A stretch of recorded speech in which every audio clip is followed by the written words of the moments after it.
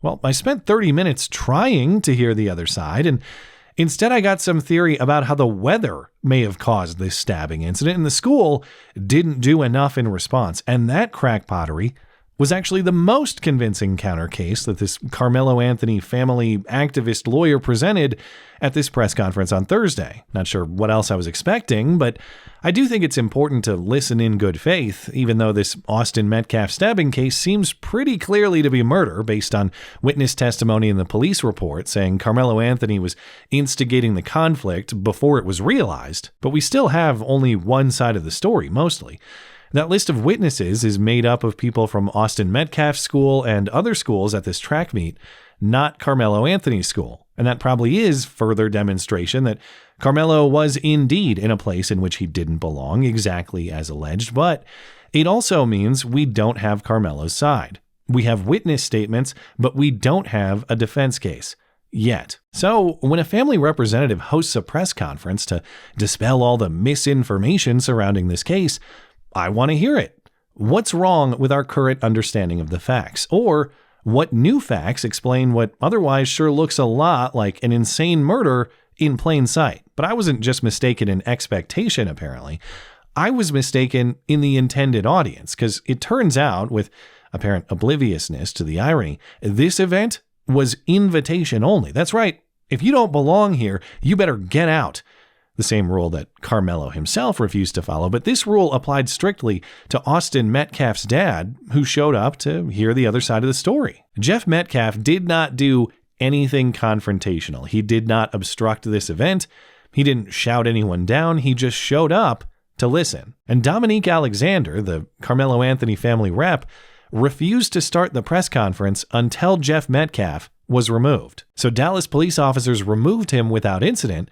And of course, observe in amazement how Jeff Metcalf did not produce a knife or stab anyone in the heart in response. And just for his mere presence, the opening point for Dominique Alexander was to smear Jeff Metcalf, the father of the young man his client just killed. He called Jeff Metcalf disrespectful. So regardless of what going on, that was disrespectful. Disrespectful. Yeah, not quite as disrespectful as killing his kid, but okay. He also said it was inappropriate for Jeff Metcalf to be near this family. He knows that it's inappropriate to be near this family. Well, then how was it appropriate for Karmelo to be in another team's tent provoking physical confrontation? But fine, now that the guy who has no business here other than the killing of his son is gone, can we get an explanation as to why that killing happened? Can we get what you think the truth of this story is? Well, sure, he has 4 critical points on that. All of them tangential or totally irrelevant. There are 4 critical points I must address today. And I've listened through this press conference multiple times now. The 4 points aren't ever clearly identified. As far as I can tell, there are 3, and none of them have anything to do with the event itself. Point 1 is that the claims about the family's use of their $500,000 Give, Send, Go dollars are false. The family has not received 1 dime. But if they have the audacity to spend money for their safety and security, that's their prerogative. Okay, fine. I notice there's no denial of the home or the car that are alleged in the report, just a denial of access to the funds, so it's a questionable look for the family regardless, but we're all here for the bigger question anyway. If this wasn't murder, then how was the stabbing justified? Well, what you gotta understand is this would have never happened if the school had just properly canceled the event. See, it was raining very hard that day, which meant Karmelo had to seek shelter in whatever tent that he could. But if the school district had just ended the event early in response to the weather, well, there would have been nobody to stab or get stabbed at all. Why didn't you cancel or postpone? With weather in that magnitude, you couldn't have a track meet in rain or thunderstorm or clouds. Y'all are the media. Ask your journalists, your weather journalists, how the weather was that day and that time. And to be fair, he's not the first to raise this very important point. Milli Vanilli warned us all about the negative consequences of precipitation. decades ago. Time to blame it on something. Time to blame it on something. Blame it on the rain that was falling. Awfully strange how everyone else has an obligation to call it off and walk away, though, except Karmelo Anthony, who's fully justified in stabbing someone because he can't be expected to call it off and walk away, like everyone else must. But the school district isn't just at fault for providing Karmelo with a viable stabbing venue. They're also at fault for trying to expel him, too. But Frisco ISD has notified of their intent to expel Karmelo Anthony from school 1 month before his high school graduation. We will do direct action outside of Frisco ISD administration office because this is outright wrong. Well, the only way that's injustice is if you can explain how the stabbing incident itself was injustice to Karmelo Anthony. We're now over 10 minutes into this press conference, and not one point to that effect has been made. Because otherwise, expulsion for killing someone at a school function is very gentle punishment, actually, considering kids will still get disciplined for even having the knife at this event at all. But okay, you didn't do anything shady with the money, and it's all the school district's fault for not understanding that rainfall leads directly to fatal stabbings. Fine, but can we finally get your perspective now on the stabbing itself? How it happened? Why it happened? No, of course not. Point 3, the final point in this series of 4, is that he can't speak to any of those facts because everyone involved is a minor. The reason why the family or me or anybody with direct knowledge of this cannot talk about the particulars of what happened in that tent. Everybody involved at this point of our knowledge are minors. In the state of Texas, you know we cannot release or talk about minors. Yeah, well, we don't need any identities beyond those already public. Karmelo Anthony did what? Austin Metcalf did what? You're not going to get sued when Austin's dad is right over there wanting to hear your story. You're not violating Karmelo Anthony's privacy by speaking publicly about him at his family's intent. You're not violating the Metcalf's privacy when Jeff Metcalf is here wanting to hear you talk about it. If no information in this case could ever be discussed publicly, you wouldn't be discussing it publicly at all. But of course, the facts are not the point. After listening through it, I realized that missing fourth critical point is actually present throughout. It's just never explicitly referenced. But the fourth critical point is victimhood, perpetually, no matter how preposterously or hypocritically. Karmelo's a victim, even though he killed a person without any justification that he can explain. The family's a victim, even though they've received $500,000 and counting to compensate for any difficulties with which they've been presented. This is not just about Karmelo. It's about the family who dared to stand and demand justice in a return and receive ugliness that racism in this country still breeds. This lawyer himself is a victim because if you Google his past, you might find some stuff. Worser things have been said about me, baby. You ain't got to inbox me. You ain't got to tell me. I am the first person to tell my testimony. I don't have to prove anything to nobody. And he didn't prove anything to anybody ever. In the construction of a felony rap sheet that's too long even to break down in any reasonable amount of time. Some of those cases violent, and he certainly didn't have to prove anything to that punk toddler who needed a good shaking. In 2009, this family rep, Dominique Alexander, was first arrested for causing serious bodily harm to a child. He was babysitting his girlfriend's 2-year-old son. When she returned, she found her son unresponsive. Alexander said the kid fell off the couch. A doctor's exam found brain injury and eye injury not consistent with a couch fall, but with head trauma from physical child abuse. But hey, I'm sure that was self-defense too, or it was Netflix's fault for hosting that movie in the first place. And it was raining outside, which is why they had to stay in to watch it. Besides, we can't talk about any of this because there's a minor involved. And of course, all of this manufactured victimhood means making up new rules and protections at will and lying in pursuit of them. After all, Kyle Rittenhouse got to shoot 3 people in the back with an AK, so why can't Karmelo do just a little stabbing in the front? Nobody in the public media has one video camera, but we got the video of Kyle Rittenhouse with an AK-47 shooting 3 people in the back. Every part of that claim is a lie. He didn't use an AK.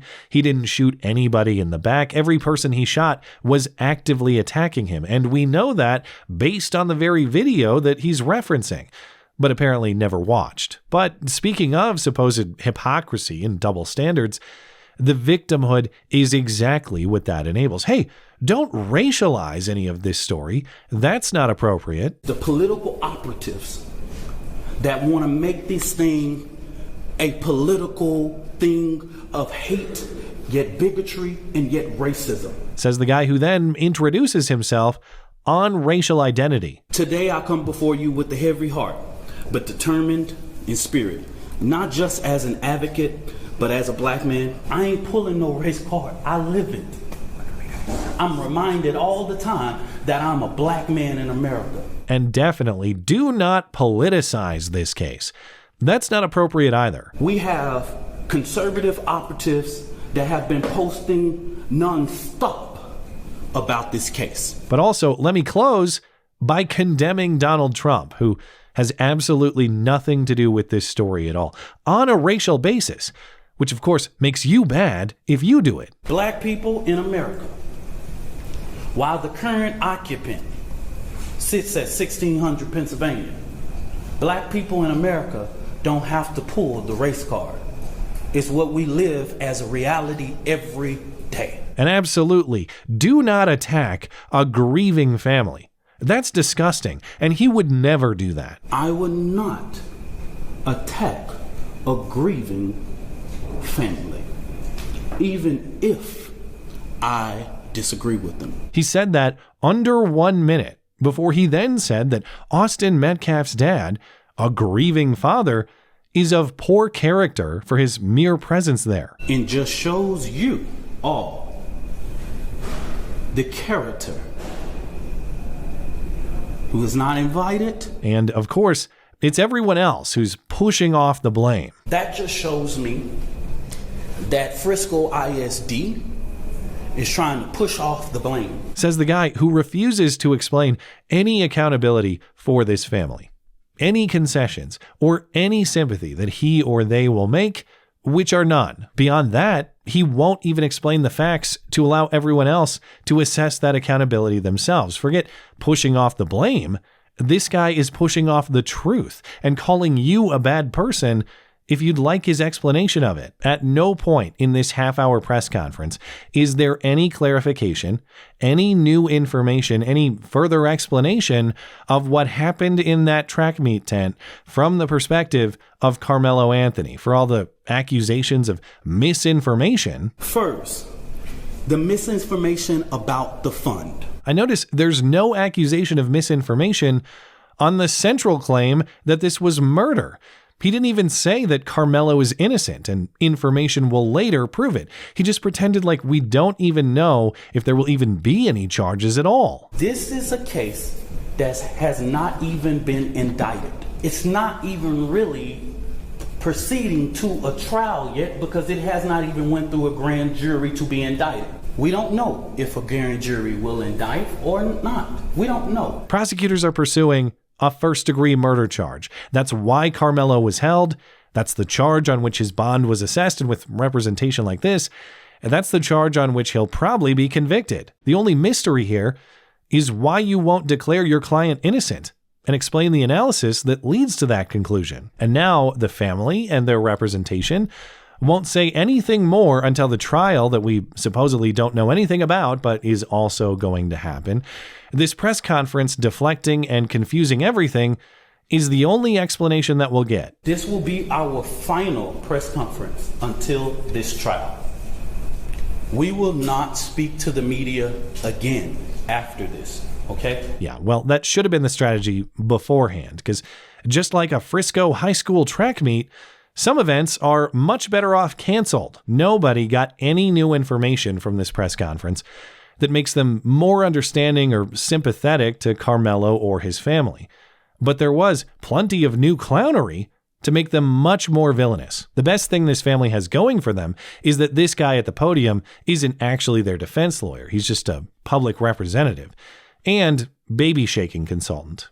It's very therapeutic in times of high stress. Their defense lawyer is a completely different guy. Mike Howard is his name. Apparently, he's fairly accomplished in criminal defense. And the good news is there's probably no way that he can be worse. Except that he's already been terrible for allowing this guy to speak on the family's behalf in the first place. Everybody shut the hell up yesterday.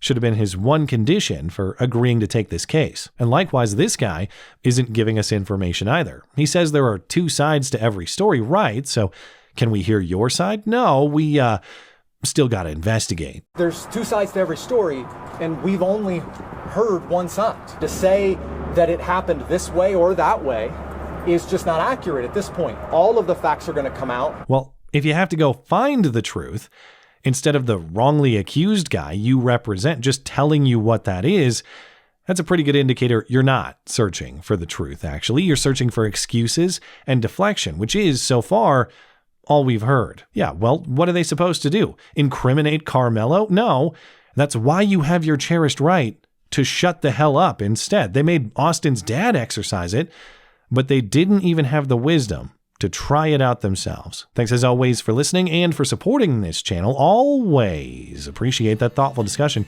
down below, and especially over on X. That is at ML Christiansen. You're always welcome to coming out and chatting my live streams as live on Wednesday and Sunday nights. Looking forward to it. Come on. Hey, if you made it all the way to the end of the video, that means you probably found some value in the video. If you found some value in the video, please consider supporting my material. You can do that one time or recurring for as little as $1 a month. It not only helps me sustain, but it helps me pay the people who make my videos possible. Linked in the description for you, mattchristiansenmedia.com/support. Thanks for listening.